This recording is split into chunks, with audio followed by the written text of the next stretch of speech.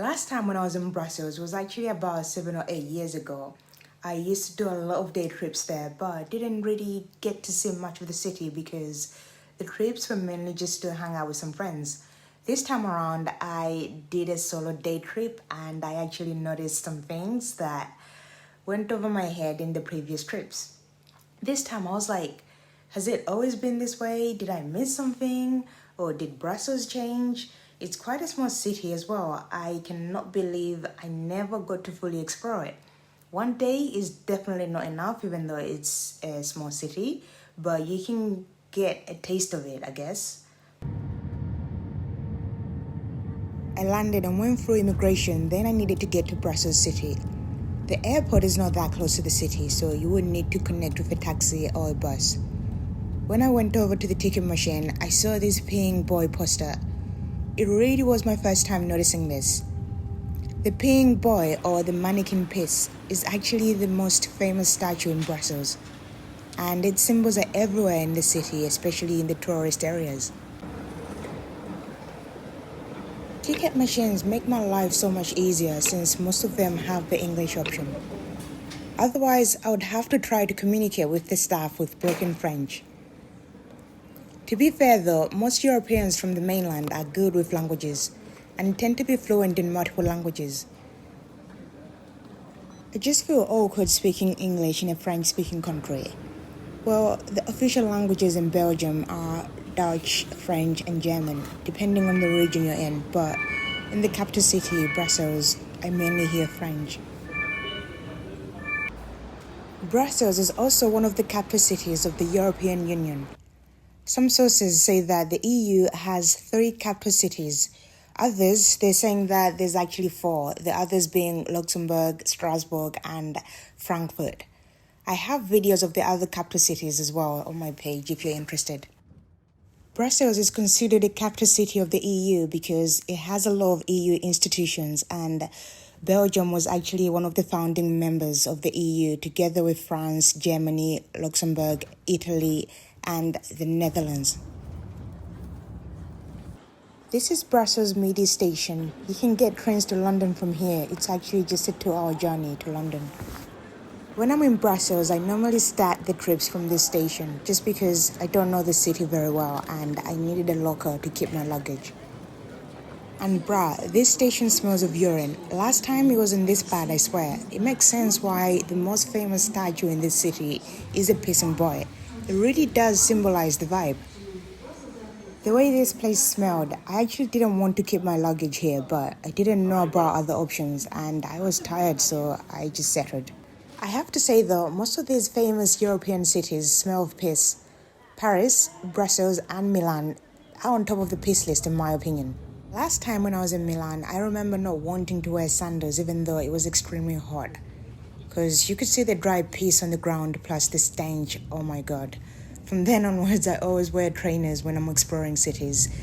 With Paris, I think this is common knowledge that it stinks, and I won't get into too much details on that. Anyway, from Brussels Midi, I went to Brussels Central. It's only about 2 minutes on the train, so you can probably walk. I wanted to get to the Grand Place, so Google suggested to go through Brussels Central. This place really looks like some areas in London. I know most European cities look alike, but I think this part really looks similar. As soon as you get out of Brussels Central Station, you can start seeing more aesthetically pleasing buildings like this.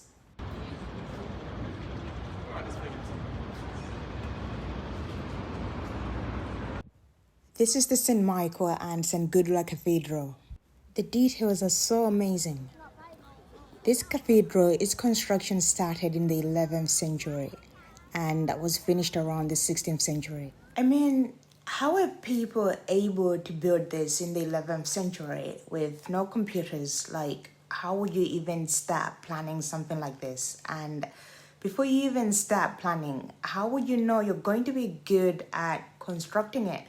I think most people now with degrees in like architecture, engineering, would not be able to construct anything that would last over hundreds of years.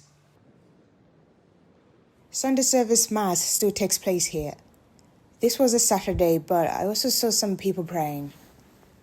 Some services are in French, some are in English, and other languages, depending on the time you go. The interior is just as amazing. I'm sure it's been renovated since its construction, but it doesn't make it any less amazing. I can see why it took over 300 years to build. Imagine the pressure on the generation that had to continue to construct the cathedral. Like, if you mess up, you let down decades of people's work. So you had to be great too. And the stained windows. The stained windows actually tell Bible stories. Basically, when these cathedrals were constructed, a lot of people were illiterate. So the windows were used to illustrate the Bible stories. Also, they give that heavenly illumination depending on the weather, so why not? Can you imagine how much money was spent putting all of this together? This was the whole community's effort. The church actually used to forgive people's sins if they worked on the cathedral or contributed in other ways. I'm not sure that's how your sins are forgiven according to the Bible, but people believed it, so if they sinned, they would just put in some hours at the cathedral construction site or write a check. Others would even work in advance for the sins they were going to commit. Overall, something good came out of it because now we're enjoying the outcome. It's just crazy that most people who worked on these cathedrals never got to see the finished cathedrals since they took so long to build. One thing I love about traveling in Europe is that if you're near a church or a cathedral, most likely you are at the center of that city. Now, a lot of things will be around it, like shops, restaurants, and more. And they'll all be within a walking distance as well. This area was so packed with tourists. I can't imagine what it's like during the peak season.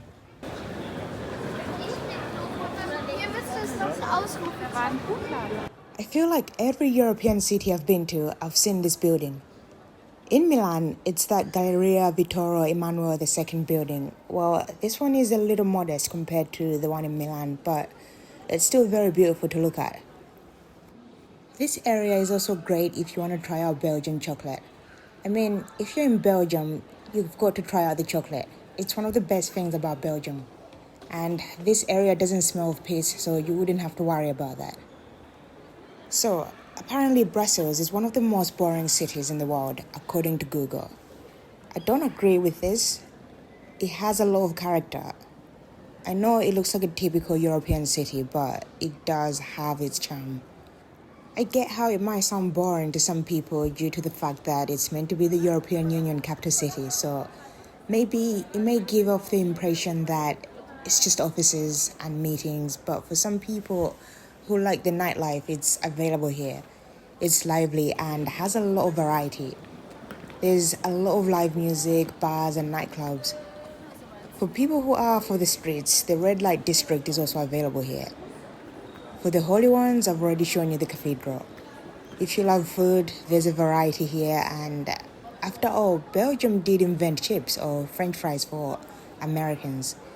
It has quite a few museums. If you don't take life too seriously, there is the Pissing Boy statue as well coming up. If you like sports, there's plenty of activities you can do as well. It's actually cheap here, so you can have fun without spending too much money. So you don't need a lot of money to have fun in Brussels. Well, compared to Paris at least. Transport is affordable as well and can get you to a lot of places at low prices. If you do have the money, there are a lot of luxurious things you can do as well. Brussels is not limited to budgeted activities. I wonder what this is supposed to be. A trophy? A decoration? This is the Grand Place, the central square of Brussels. This is the most aesthetically pleasing square I've seen in Brussels. It's also a UNESCO World Heritage Site. It has been a UNESCO World Heritage Site since 1998. This building right here is the Brussels Town Hall. The back was destroyed during the 9 Years' War, like most of the buildings on the square. So only the front of the building was saved. I wanted to see what it looks like on the inside, so I booked a tour. I wanted to know more about its history. The tour was exactly 1 hour. If you're going to visit Brussels and if you're interested in history, then I recommend this tour. It's also available in a lot of languages, so you can choose the language of your preference. This is a Brussels tapestry. This town hall was built in the 15th century, but it's gone through a lot of renovations throughout the years. Most of the rooms contain Brussels tapestries from the 16th, 17th, and the 18th centuries. In the 17th and 18th centuries, Brussels was the most dominant city for tapestry production. The tapestry productions made a lot of money for Brussels. They were exported to all parts of Europe. Kings, emperors, and popes would have some of their tapestries woven in Brussels. If you're wondering, what is tapestry? Well, it's basically this. So the artists or the weavers had to sit there for months and weave these masterpieces. Some would even take years. I really wish I could see how these ceilings were made. Like, would they do the painting and add the gold before fitting the ceilings? Or would they fit the ceilings and have an artist get closer with ladders to paint it and add the gold? Just how does a human being do all of this without computers? So this tour was actually limited to one floor. I wish I saw what the other floors had, and I wonder why they're not open for tours. But this tour still had a lot to show and a lot of rooms, so it's still worth a booking in my opinion. This is the path where you get from the back of the town hall to the square. The square has a lot of amazing buildings as well. Some are actually restaurants. Here I was off the square and was trying to see what more the center had to offer. Remember what I said about the Pissing Boy statue? Well, it's incorporated into a lot of things.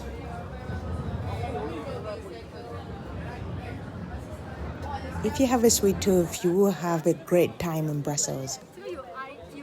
This street has a European street food vibe.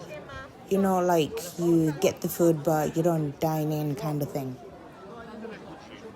Brussels is known for waffles, so you won't miss them if you visit. I actually didn't try any on this day. I just wanted some chips. So I went to a chip shop.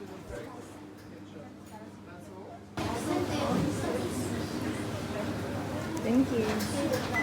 So one regular with the pili pili, that's all? Yeah. It'll be €6, please. You can put them in the machine down in the green light. Brussels actually has a lot of chip shops. Well, Belgium did invent chips, so it makes sense to have a lot of chip shops in the tourist areas. This building looks like something you can see in Amsterdam because of the bikes. Besides the Grand Place Square, this area has to be the busiest tourist area in Brussels. And can you guess why? Well, the mannequin peace statue is located here.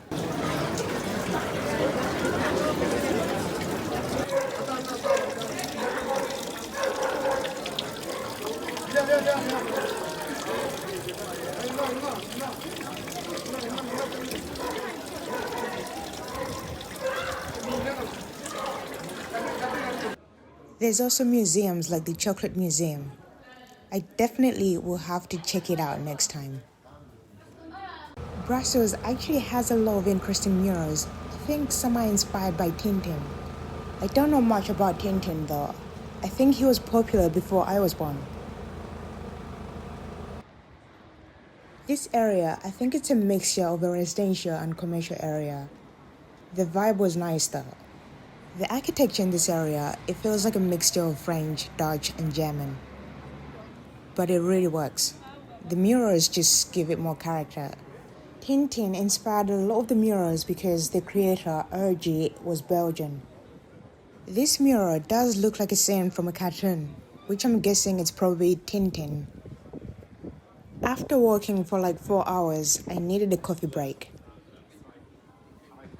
So I chilled in a coffee shop for some time, charged my phone, and just relaxed.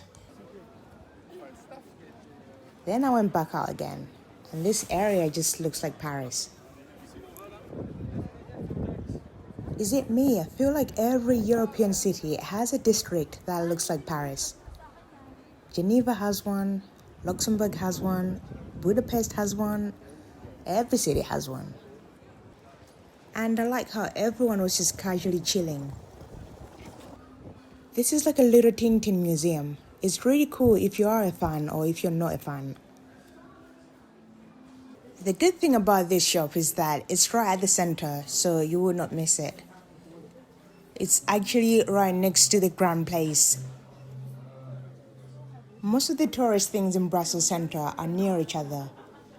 They're within a walking distance, so you can just walk from one tourist attraction to the other. I mean, there really isn't an option to take a drive. Most towns in Europe are for walking, so Brussels is not that different. I mean, the old towns are meant for walking, and the area I visited in Brussels is more of an old town. The way they displayed the items in this shop really feels like a small museum. It looks so fancy, but I don't think the prices were even that high.